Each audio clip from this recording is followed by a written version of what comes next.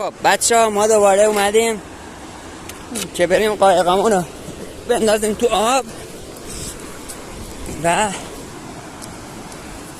نکنیم این کلکیه که ما ساختیم و میخوایم بریم بندازیم تو آب ببینیم کارایی داره یا نداره. اینم خودم اینم کاروهایی که درست کردیم و این پسر نابغه که همچنان داره این قایق یا همون کلکی که درست کردیم و داره میبره تو رودخونه. اینم رودخونه کارونه و ما اومدیم که این کلکمون رو کنیم با کمترین امکانات.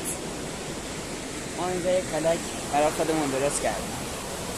فقط الان اینجا نگاه کنید این کلکی که درست کردیم و ببینید با تناب. الان فیلم انداختن تو آبشون هم بهتون نشون میدن.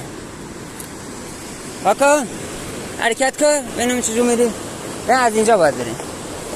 به نازن این قدرت بدنی ها تنها ببینید تنها خودش تنها اینو بلند کرده. ببین کار هر کس نیست. کار لوریخا که همچین چاینا بلند بکنه. نه ای جون دل ماشاءالله.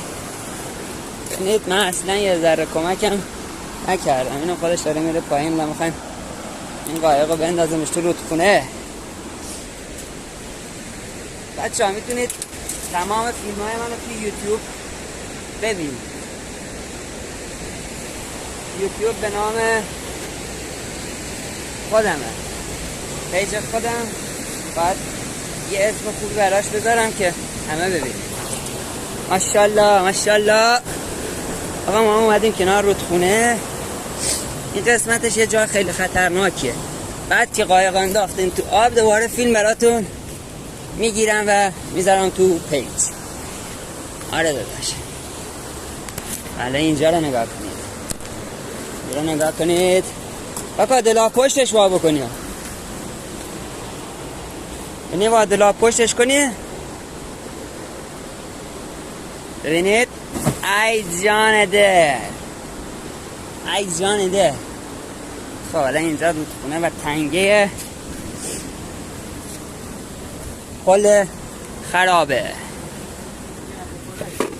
ای های